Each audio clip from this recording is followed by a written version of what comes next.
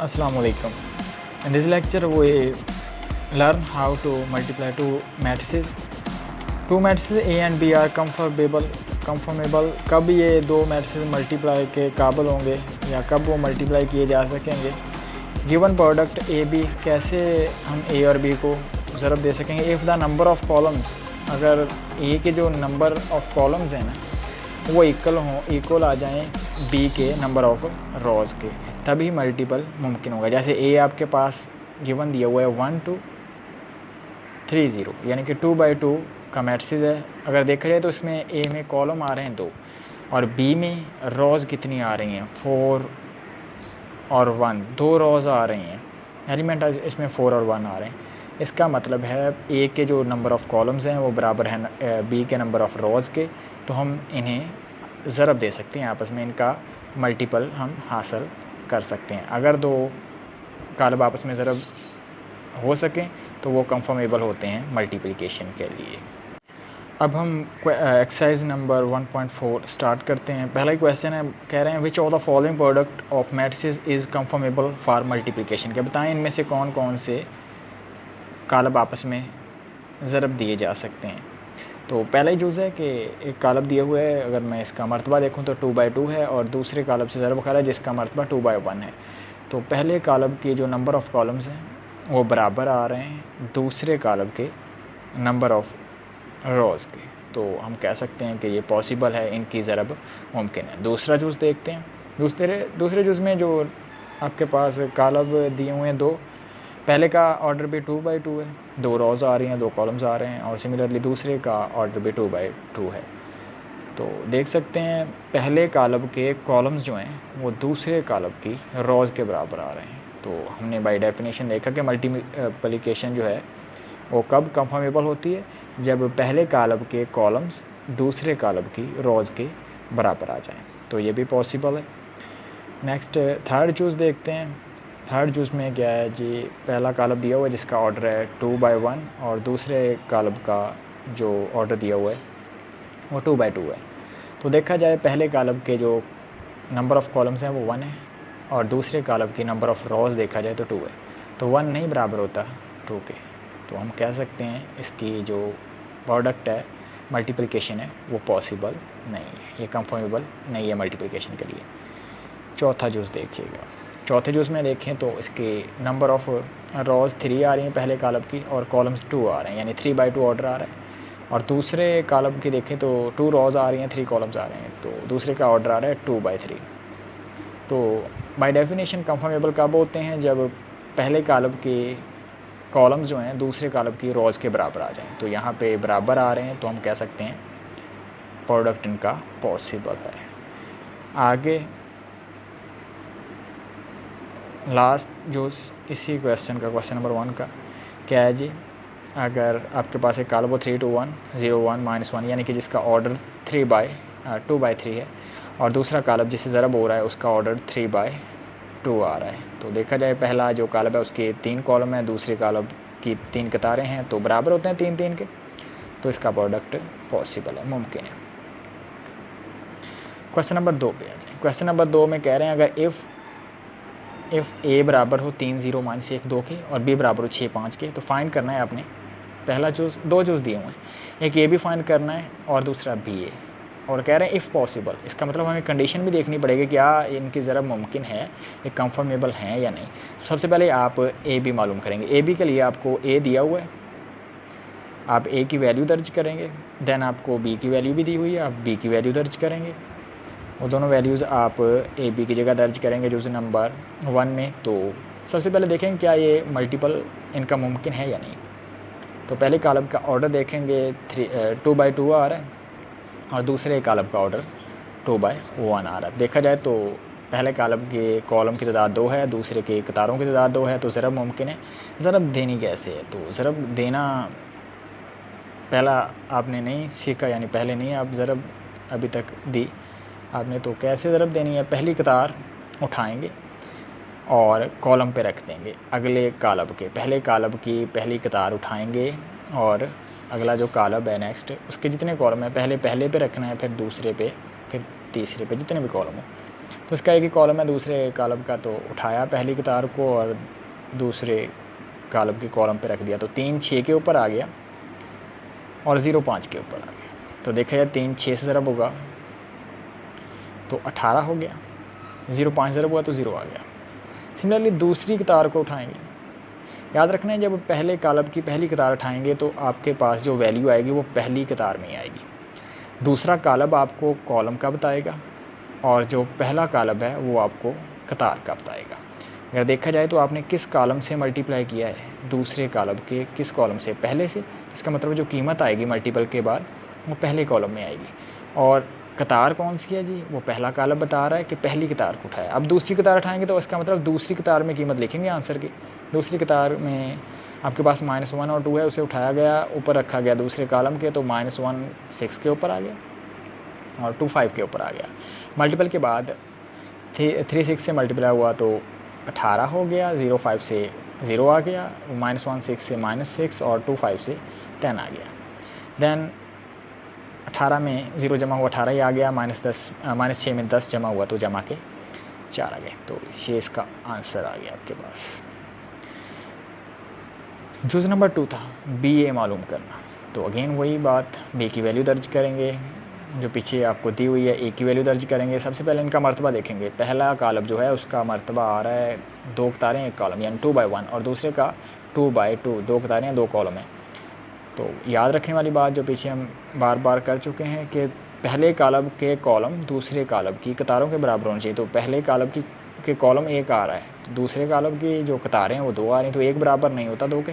इसका मतलब है इसकी ज़रा मुमकिन है, तो लिखा हुआ है उन्होंने, because number of column is not equal to number of rows. Next question number 3 पे चलते हैं। कह रहे हैं find the following products. Again ज़रब भी देनी है, तो ज़रब देने का तरीक़ाकार, पहला जुज़ कतार को उठाएंगे और कॉलम पे रख देंगे। जितने कॉलम होंगे हर पे बारी बारी रखते जाएंगे। पहली कतार उठाई, एक ही कतार है। अब चूँकि उन्होंने कहा नहीं है कि इफ़ पॉसिबल तो हम डायरेक्टली मल्टीप्लाई कर सकते हैं, इसका मतलब है पॉसिबल हैं तो हम इसे सॉल्व करेंगे। तो मल्टीप्लाई किया तो 1 4 के ऊपर आ गया, 1 4 से मल्टीप्लाई हुआ तो 4 आ गया, 2 0 के ऊपर आ गया, 2 0 से मल्टीप्लाई तो 0 आ गया, 0 और 4 ऐड हुआ तो आंसर 4 आ गया। एक और चीज़ आप ऑब्ज़र्व करेंगे यहाँ पे कि पहला कॉलम जो था उसका ऑर्डर था 1/2, दूसरे का ऑर्डर था 2/1। पहले के कॉलम दूसरे की कतारों के बराबर थे, 2 और 2 बराबर थे। अब जो नया कॉलम आएगा वो उन्हीं 2 कॉलम के ऑर्डर से मिलकर आ रहा है। पहले कॉलम की कतारें शामिल होंगी, दूसरे कॉलम के कॉलम शामिल होंगे इसमें। यानी कि पहले की कतार कितनी थी, 1 थी, दूसरे के कॉलम कितने थे, 1 थे। तो नए का जो ऑर्डर आया वो क्या आ गया, 1/1 आ गया। सिमिलरली दूसरा जो इसका उठाया गया 1 5 के ऊपर आ गया, 1 2 5 और -4 ज़रब होनी है, तो 1 5 के ऊपर आया 5, एक बार 5 आ गया, 2 -4 के ऊपर आया -8 आ गया, 5 में से -8 हुआ तो -3। तीसरा जूज़ करेंगे जी, तीसरा जूज़ भी वही ऑर्डर है उसका कॉलम का, लेकिन कीमतें डिफरेंट है। -3 0 4 0 से ज़रब होगा तो -3 4 के ऊपर उठा के आ जाएगा, रखेंगे तो -3 4 के ऊपर आ गया और 0 0 के ऊपर आ गया। -3 4 ज़रब हुआ तो -12, 0 0 ज़रब हुआ तो 0 आ गया। -12 में जमा 0 करेंगे तो आंसर क्या आ गया आपके पास, -12 आ गया। चौथा जूज़ 6 0 4 और 0, 6 4 ज़रब हुआ तो उठा के रखा, 6 4 के ऊपर आ गया, 0 0 के ऊपर आ गया। दरमियान में जमा लिखनी है, जब भी ऐसे उठा के रखना है तो दरमियान में जो गैप है उसमें आपने जमा लिखनी है। 6 4 ज़रब हुआ 24 आ गया, 0 0 ज़रब हुआ 0 ही आ गया, 24 में 0 जमा हुआ तो 24 आंसर। पाँचवा जूज़, अब थोड़ा बड़ा कॉलम आ गया तो इसकी आपको ज़्यादा क्लियर हो जाएगा कॉलम कैसे ज़रब खाते हैं। आप क्या करेंगे, जैसे आपको पहला कॉलम दिया हुआ है जिसका ऑर्डर है 3/2 और दूसरा कॉलम है 2/2, तो मल्टीप्लाई करेंगे। नया जो कॉलम आएगा वो आएगा 3/2, क्योंकि पहली वैल्यू 3 आ रही है पहले कॉलम की और दूसरी की आखिरी वैल्यू जो है वो 2 आ रही है। तो उठाया गया पहली कतार को और पहले कॉलम पे रख दिया गया दूसरे कॉलम के, 1 4 के ऊपर आया, 2 0 के ऊपर आ गया। देन पहले कॉलम को ही, पहली कतार को उठाएंगे, दूसरे कॉलम पे रखेंगे, क्योंकि पीछे हम देख रहे थे कि एक ही कॉलम है, एक ही कॉलम इन्वॉल्व था, इसलिए हम आगे बात ही नहीं करते थे। अब 2 कॉलम आगे अगर 3 हो तो आगे भी बात चलेगी। दूसरे कॉलम पे रखेंगे तो दूसरे कॉलम ही में पहली कतार के दूसरे कॉलम में ही वैल्यू लिखी जाएगी। एक 5 के ऊपर आ गया तो 5 आ गया, 2 - 4 के ऊपर आया तो -8 आ जाएंगे। और नेक्स्ट टाइम में देखेंगे हम। फिर अगली कतार को उठाएंगे, इसका काम ख़त्म हो गया। दूसरी कतार जो है -3 0, वो पहले -3 4 के ऊपर आ जाएगा, फिर 0 0 के ऊपर, दरमियान में प्लस, -3 5 के ऊपर आ गया, 0 -4 के ऊपर आ गया। फिर लास्ट कतार को उठाएंगे, वो भी इसी तरह 6 ज़रब होगा 4 से और -1 ज़रब होगा 5 से। हाँ, 6 ज़रब होगा 4 से और -1 0 से। नेक्स्ट दूसरे कॉलम पे आएगा तो 6 5 ज़रब होगा तो, और -1 -4 ज़रब होगा। देन मल्टीपल के बाद इनको ऐड करेंगे, जैसे 4 1 ज़रब हुआ 4 आ गया, 2 0 ज़रब हुआ 0, 5 1 से 5 आ गया, 2 -4 ज़रब होगा, जमा माइनस से ज़रब हो तो माइनस आ जाता है, तो माइनस के 8 आ गए। -3 जो है वो 4 ज़रब हुआ तो माइनस के 12, 0 0 ज़रब हुआ तो 0 आ गया, -3 5 ज़रब हुआ 15, 0 4 ज़रब हो रहा है, माइनस है प्लस है, कोई भी फ़र्क नहीं पड़ेगा। 0 जब भी ज़रब होगा तो 0 कर देगा वैल्यू को। 4 से 24 हो गया, -1 0 ज़रब हुआ तो 0 हो गया, 5 6 ज़रब हुआ 30 आ गया, माइनस से ज़रब होगा, जमा क्या 4 आ गया लास्ट पॉइंट पे।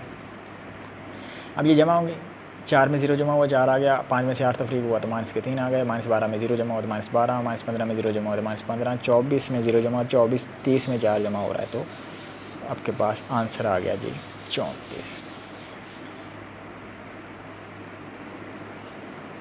अगला जूस देखते हैं इसका।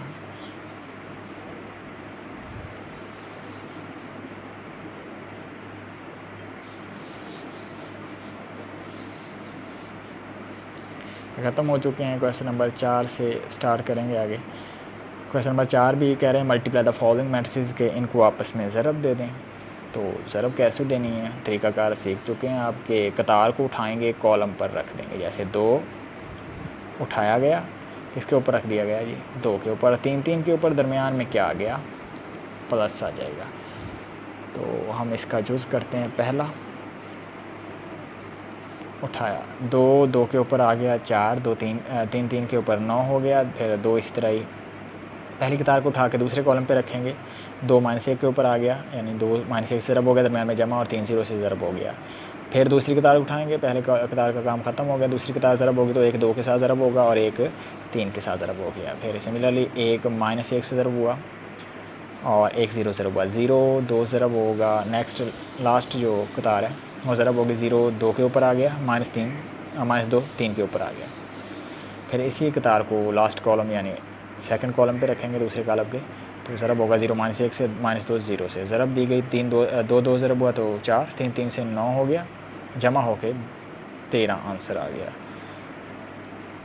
नेक्स्ट 2 -1 ज़रब हुआ तो -2, 3 0 ज़रब हुआ तो 0, -2 में जमा 0 हुआ तो -2 ही आ गया, 1 2 ज़रब हुआ तो 2 आ गया। 1 3 से ज़रब होगा तो 3 3 और 2 5 हो गए। फोर्थ वैल्यू 1 -1 ज़रब हुआ तो -1 आ गया, जमा के 0 -1 ही आंसर आ गया, क्योंकि 1 0 ज़रब होकर 0 ही रह जाता है।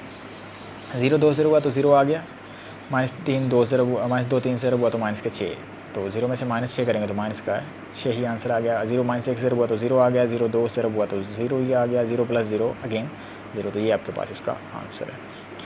बी जूस देखेंगे, उसमें भी ऐसे ही मल्टीपल होगा कि पहली कतार को उठाया गया, पहले कॉलम पे रख दिया गया, यानी 1 से मल्टीप्लाई होगा, दरमियान में जमा, 2 3 ज़रब हुआ, दरमियान में जमा, 3 1 से ज़रब हुआ, -1 से, तो दरमियान में जमा। फिर इसी कतार को उठाया, अगले कॉलम पे आ गए, 1 2 से ज़रब हुआ, 2 4 से ज़रब हुआ और 3 1 से, लेकिन दरमियान में सबके जमा आ गया। पहली कतार का काम ख़त्म हो गया क्योंकि आगे कोई कॉलम नहीं है। दूसरी कतार पे आ गया, दूसरी कतार क्या है जी, 4 5 6, उसे उठाया गया तो 4 1 से मल्टीप्लाई हुआ, 5 3 से और 6 -1 से, दरमियान में सबके जमा आ गया। इस तरह 4 2 से ज़रब हुआ, 5 4 ज़रब हुआ और 6 1 से ज़रब हुआ, सब के दरमियान में जमा आ गया। अब ज़रब देंगे, 1 1 से ज़रब, चूँकि आपको पता है ज़रब देने के बाद जो आंसर आएगा वो ज़रब आ गया। ज़रब के बाद आंसर आ गया नीचे, 1 जमा 6 -3, 2 जमा 8 जमा 3, 4 जमा 15 -6, 8 जमा 20 जमा 6, तो ज़रब देने के बाद ये आंसर आ गया। अब इनको इकट्ठे करेंगे, जमा करेंगे, तो देखा जाए 6 और 1 7, 7 में से 3 निकाल दिए गए, 4 2 8 12 और 3 2 और 8 10, 10 और 3 13 जवाब आ गया। सिमिलरली बाकी जो है 13 और 34 जवाब आ गया इसका, ये इसका आंसर आ गया। नेक्स्ट सीजूस, सीजूस में भी मल्टीप्लाई करना है, तो पहली कतार को उठाया, पहले कॉलम से मल्टीप्लाई किया, 1 1 से मल्टीप्लाई हुआ तो 1 ही आ जाएगा। खैर दरम्यान में प्लस आ गया और 2 4 के ऊपर आएगा तो 2 4 से ज़रब होगा। नेक्स्ट अगले कॉलम से ज़रब होगा 1 2, 1 2 से ज़रब हो गया, 2 5 से दरम्यान में जमा आ गया, 1 3 से ज़रब हुआ और यानी कि थर्ड कॉलम से जब ज़रब होगा तो दरमियान में जमा 1 3 से और 2 6 से। अगली कतार उठाएंगे, अगली कतार का भी सेम काम है, पहले कॉलम से ज़रब होगा दूसरे कॉलम के, दूसरी कतार जो है, फिर दूसरे कॉलम से ज़रब हो गया, फिर तीसरे से। इसी तरह ही तीसरी कतार को उठाया, पहले कॉलम से ज़रब होगा दूसरे कॉलम के, दूसरे मैट्रिसेस कह लें या कॉलम कह लें, फिर दूसरे कॉलम से ज़रब होगा और फिर तीसरे से। ज़रब देने के बाद आपके पास आंसर आ गया, पहली वैल्यू 9, फिर 12 15 19 26 33 और 3 टाइम 3 आ गया। ये आपके पास इसका आंसर आया। डी जूस बिल्कुल उसी तरह, बट इसमें फ्रिक्शन फॉर्म आ गई है, बट्टे की शक्ल आ गई है। तो इसे कैसे सॉल्व करेंगे? तरीक़ाकार तो वही होगा, पहले कतार को उठाया, पहले कॉलम पे रख दें दूसरे कॉलम के, तो 8 2 पे आ गया, 16 आ गया, 5 4 पे आ गया, लेकिन माइनस के 4 हैं तो माइनस के 20 आ जाएंगे। 8 ज़रब होगा -5 बटे 2 से दरमियान में जमा 5 4 ज़रब होगा। सिमिलरली आगे दूसरी कतार को उठाएंगे, पहले कॉलम पे रखेंगे, 6 2 ज़रब हुआ, 4 4 ज़रब हो गया, 6 -5 बटे 2 ज़रब हुआ, 4 4 से ज़रब हो गया। तो ज़रब देने के बाद 8 2 16 और 5 4 20 हो गया, लेकिन यहाँ पे -5 बटे 2 7 8 ज़रब हो रहा है, तो बटे में 2 है, बटे के 2 का मतलब है तकसीम करना, तो 8 को 2 तकसीम करेगा तो 4 आ जाएगा। 4 इनसाइड ब्रैकेट के -5 ज़रब होगा तो माइनस के 20, बाहर जमा है, जमा के बाद 5 4 ज़रब हो रहा है तो 20, जमा के 20 और माइनस के 20 आ गए। थर्ड पॉइंट पे 6 2 ज़रब हो रहा है तो 12 आ गया, 4 -4 ज़रब हो रहा है तो माइनस के 16, और 6 ब्रैकेट के अंदर जो कीमत है -5 बटा 2 से ज़रब खा रहा है। फोर्थ पॉइंट पे 2 तकसीम करेगा 6 को, तो उसे आंसर 3 आ जाएगा। 3 -5 ज़रब होगा तो माइनस के 15, 4 4 ज़रब होगा 16 आ गया। हल करेंगे तो 16 में से 20 निकाल दें, 16 में से 20 निकालें तो -4 आ गया, 20 में से 20 निकालें 0 आ गया, 12 में से -16 करें तो माइनस के 4, -15 में जमा 16 करें तो जमा का 1 आ गया। ये आपके पास इसका आंसर है। नेक्स्ट ई चूज़ आ गया, नल मैट्रिसेस से ज़रब हो रहा है, ये बात भी ध्यान में रखिएगा। जब भी कोई कॉलम दूसरे कॉलम से ज़रब खा रहा हो और दूसरा, इन दोनों में से कोई एक कॉलम जो है ना वो नल हो, 0 मैट्रिसेस हो, तो जवाब जो आना है वो हमेशा 0 मैट्रिसेस आना है, अगर ज़रब मुमकिन है तो। बस लाइक -1 2 0 -1 2 1 3, और -1 और 2 ऊपर रखा जाएगा दूसरे कॉलम के, पहली कतार जो है तो 0 0 ही आ जाना है मल्टीप्लाई होके। फिर इसी कतार को उठाना है, अगले कॉलम पे रखेंगे, फिर 0 आ जाना है। नेक्स्ट दूसरी कतार को उठाना है, कॉलम पहले पे रखना है तो 0 आ गया सारा, और दूसरी कतार को दूसरे कॉलम पे रखेंगे तो भी 0 आ गया। तमाम का सम अब 0 + 0 + 0, तो आंसर 0 ही आ गया। आगे क्वेश्चन नंबर 5 है, वो कह रहे हैं वेरीफाई कर दें अगर आपके पास a बराबर हो -1 3 2 0 के और b बराबर हो 1 2 -3 और -5 के। तो आपने वेरीफाई c भी दिया हुआ है कि c बराबर हो 2 1 1 3 के। तो वेरीफाई आपने करना है वेदर ए बी बराबर है बी के, ए इंटू बी सी बराबर है ए बी इंटू में और सी के, और थर्ड जुज़ है ए इंटू बी प्लस सी के बराबर साबित करना है ए बी प्लस ए सी के, और फोर्थ जुज़ है ए इंटू बी माइनस सी के बराबर साबित करना है ए बी माइनस ए सी के। तो इसका हम पहला जुज़ करेंगे। सबसे पहले ए बी को बराबर साबित करना है बी ए के, to check whether A B बराबर है बी ए के या नहीं बराबर। तो सबसे पहले लेफ़्ट हैंड साइड लेंगे, लेफ़्ट हैंड साइड में मल्टीपल होगा, ए की वैल्यू उन्होंने गिवन दी हुई है, बी की वैल्यू दी हुई है, तो वो देख लें कौन सी दी हुई है आपको, वो हम दर्ज करेंगे। ये रही जी ए और बी की वैल्यू, ये हम दर्ज करेंगे यहाँ पे, ए और बी की जगह दर्ज कर दी। फिर मल्टीप्लाई करेंगे, पहली कतार उठाई, पहले कॉलम पे रख दी गई, -1 1 से ज़रब हुआ, 3 3 से ज़रब हुआ, -1 इसी तरह -1 2 से ज़रब हुआ, 3 -5 से ज़रब हो गया। पहली कतार का काम ख़त्म हो गया, दूसरी कतार उठाई, दूसरी कतार को भी इसी तरह ज़रब दी, पहले कॉलम पे रख दिया गया, फिर दूसरे कॉलम पे ज़रब देने के बाद जो आंसर आया, 1 -1 ज़रब हुआ तो -1 आ गया, 3 -3 ज़रब हुआ तो -9 आ गए, -1 2 ज़रब हुआ तो -2, और 3 -5 ज़रब हुआ तो -15 आ गए। 2 एक बार 2 होता है, 0 माइनस 3 ज़रूर हुआ तो 0 आ गया। 2 2 बार 4, 0 माइनस 5 ज़रूर हुआ तो 0 ही आ गया। दैन सॉल्व करेंगे, -1 और -9 माइनस के 10 हो गए, 10 हो गए, -2 और -15 -17 हो गए। 2 में 0 माइनस हो रहा है तो 2 ही आ गया। 4 में 0 जमा हो रहा था 4 आ गया। ये आपके पास लेफ्ट हैंड साइड का आंसर आ गया। अब राइट हैंड साइड पे चलते हैं। राइट हैंड साइड में बी ए करना है, यानी कि बी को पहले दर्ज करना है, ए को बाद में। सिमिलरली आप मल्टीप्लाई करेंगे। मल्टीप्लाई करने के बाद कैसे मल्टीप्लाई कर रहे हैं, पहली कतार उठाई पहले कॉलम पे, पहली कतार उठाई दूसरे कॉलम पे, और फिर दूसरी कतार उठाएंगे इस तरह पहले कॉलम पे और दूसरी कतार को दूसरे कॉलम पे। मल्टीप्लाई करने के बाद ये आपके पास एक नया कॉलम बन गया। जब जमा किया गया इन्हें ज़रब करने के बाद तो आपके पास जो आंसर आ गया है जी 3 3 -7 और -9, ये आपके पास आंसर आया। जबकि पहले का आंसर आपके पास आया था -10 -17 2 4। देखा जाए तो ये दोनों बराबर नहीं आए, तो हम कहेंगे कि ये बराबर नहीं होते, यानी कि पॉसिबल नहीं है इन्हें बराबर साबित किया जा सके। सेकंड प्रॉपर्टी, ये आपके पास जो आपने फर्स्ट साबित करने की कोशिश की है, आमतौर पे ये कॉलम में इन जनरल प्रूव नहीं होती, होल्ड नहीं करती। स्पेशल कंडीशन में कहीं ये होल्ड कर जाती है। इसे कम्यूटेटिव प्रॉपर्टी आमतौर पे कहा जाता है।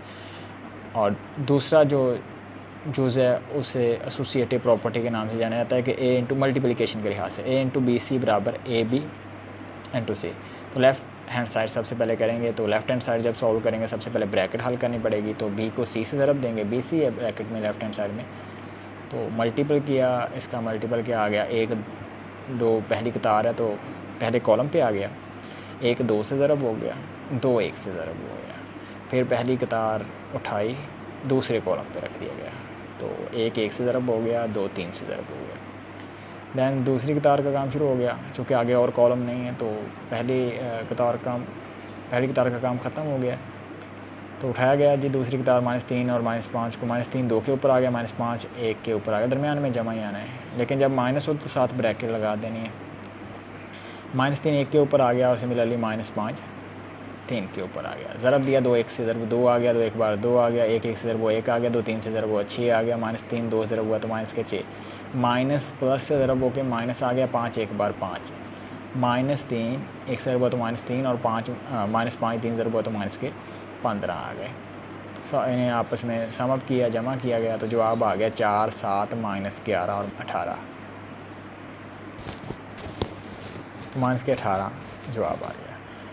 अब आगे हम मल्टीप्लाई करेंगे ए को बी सी से मल्टीप्लाई किया, ए लेफ़्ट साइड पे आपने पहले पुट किया है, तो बी सी की अभी आपने वैल्यू निकाली वो दर्ज की, मल्टीप्लाई किया, फिर उसी तरह पहली कतार पहले कॉलम से, फिर दूसरे कॉलम से, फिर दूसरी कतार पहले कॉलम से और दूसरे कॉलम से ज़रब किया गया।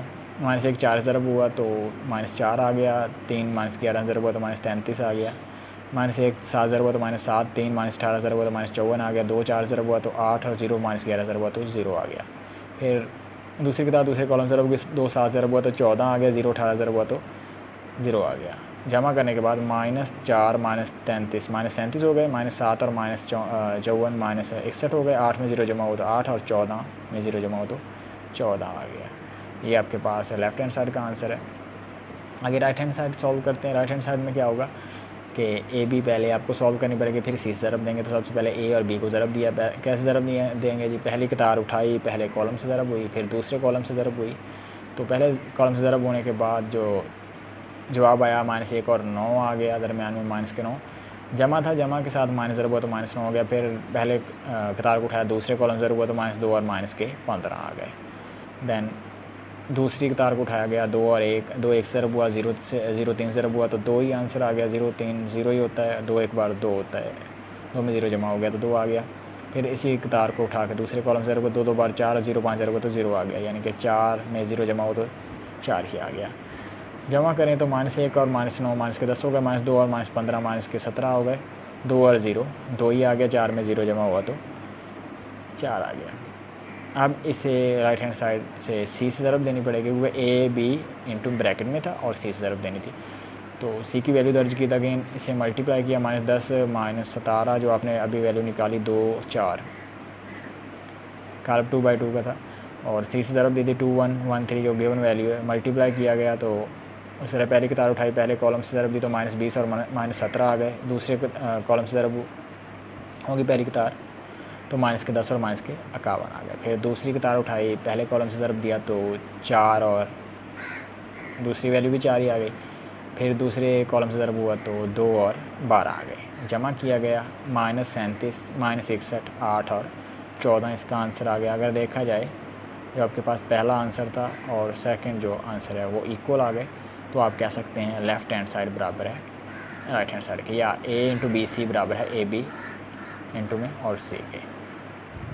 नेक्स्ट थर्ड चूज़ है, अब साबित करना है A इंटू बी प्लस सी बराबर AB प्लस AC। सबसे पहले आप लेफ़्ट हैंड साइड हल करेंगे। लेफ़्ट हैंड साइड जब सॉल्व करेंगे तो पहला स्टेप क्या होता है, आपने ब्रैकेट हल करनी होती है। तो ब्रैकेट हल करते हैं, क्या है B प्लस सी मालूम करना है। प्लस करना हमने पिछली एक्सरसाइज से सीखा था कि दो मैट्रिसेस प्लस के लिए कंफर्मेबल तब होते हैं जब उनका ऑर्डर बराबर हो। तो देखा जाए पहले कॉलम का ऑर्डर 2/2 है, दूसरे का भी 2/2 है, तो इसलिए इनकी जमा मुमकिन है। और जमा कैसे करेंगे, पहला एलिमेंट मुतनाज़रा रुकन में जो पहला एलिमेंट है दूसरे कॉलम का उसमें जमा होगा, दूसरा एलिमेंट सामने वाले दूसरे एलिमेंट में इस तरह, तीसरा तीसरे में और चौथा चौथे में। 2-1 में जमा होगा तो मैं आंसर देख रहा हूँ जी 3 आ गया। 2-1 में जमा हुआ, नेक्स्ट दूसरी वैल्यू तो 3 आ गया। -3 में 1 जमा हो तो -2, -5 में 3 जमा हो तो -2। देन इससे ज़रब देनी है लेफ़्ट साइड से A से, जैसा कि लेफ़्ट हैंड साइड जो आपने मालूम करनी A into B plus C, B plus C के A से ज़रब दे दी। ज़रब देनी अभी पीछे सी की -1 3 पहली कतार है, उसे पहले कॉलम से ज़रब दी तो -3 और -6 आ गए। फिर दूसरी कॉलम ज़रब दी तो -3 और -6 आ गए। फिर दूसरी कतार उठाई, उसे ज़रब दिया पहले कॉलम से और फिर दूसरे कॉलम से। पहले कॉलम से ज़रब दी तो 6 और 0 आ गया, दूसरे से भी आंसर 6 और 0 ही आ गया। सम अप किया तो आंसर आया -9 और 6 अगेन 6 आ गया। अब इसका आपने राइट हैंड साइड करनी है, तो राइट हैंड साइड में क्या करेंगे, AB प्लस AC पीछे वाली वैल्यू के बराबर साबित करने की कोशिश करें। AB प्लस AC आपने फाइंड आउट करना है यहाँ पे। तो AB सबसे पहले मल्टीप्लाई किया पहली कतार को पहले कॉलम से, फिर दूसरे कॉलम से ज़रब देने के बाद पहले कॉलम का जो आंसर आया -1 और -9 -10 आ गया। दूसरे कॉलम से ज़रब दिया तो -17 आ गए। दूसरी कतार को पहले कॉलम से ज़रब देंगे तो 2 आ गया, दूसरी कतार को दूसरे कॉलम से ज़रब देंगे तो 4 आ गया। तो इस तरह चूँकि ज़रब हम दे चुके हैं बार बार, इसलिए हम इसकी बात नहीं कर रहे कैसे ज़रब दे रहे हैं।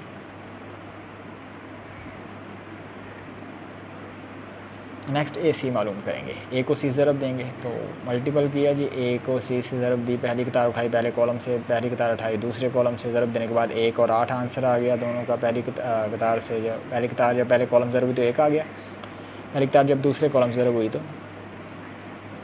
8 आंसर आ गया। फिर दूसरी की बात करें, दूसरी कतार उठाई दूसरे पहले कॉलम से ज़रब होगी दूसरे कॉलम के, फिर दूसरी कतार उठाई पहले कॉलम ज़रब दी तो 4 आ गया, दूसरी कतार दूसरे कॉलम ज़रब होगी तो इसका आंसर 2 आ जाएगा। अब क्या करना है, AB को AC में जमा करना है। AB की वैल्यू AC की वैल्यू अभी आपने निकाली, AB की पीछे आप निकाल चुके हैं। जमा करेंगे दोनों को तो आपके पास आंसर जो आ गया जमा करने के बाद -9 और 6 आ गया। देखा जाए तो ये अगेन वही कॉलम आ गया जो आपने लेफ़्ट हैंड साइड में वैल्यू निकाली थी।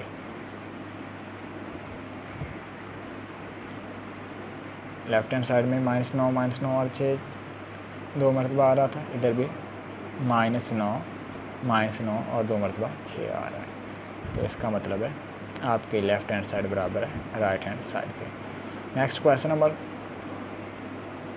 6 करेंगे। कह रहे हैं find the matrices for the matrices के 3 मैट्रिसेस दिए हुए हैं, उन्हें आपने साबित करना।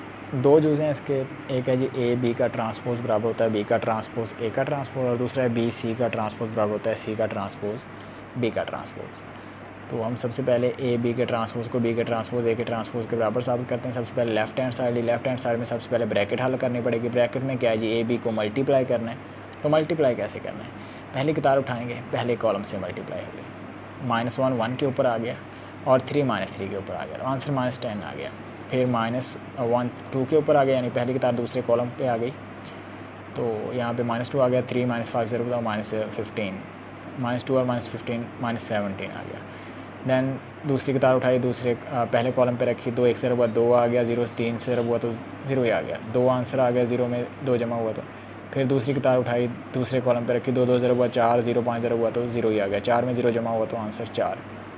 ये आपके पास ए बी आ गया। अब ए बी का ट्रांसपोज लेना है, तो ट्रांसपोज लेना आपने पीछे सीखा कि कतारों को चेंज कर देना है कॉलम्स में, या कॉलम्स को चेंज कर देना है कतारों को में। तो देखें -10 और -17 पहली कतार से पहला कॉलम बना दिया ट्रांसपोज में, और दूसरी जो कतार है उसे दूसरा कॉलम बना दिया।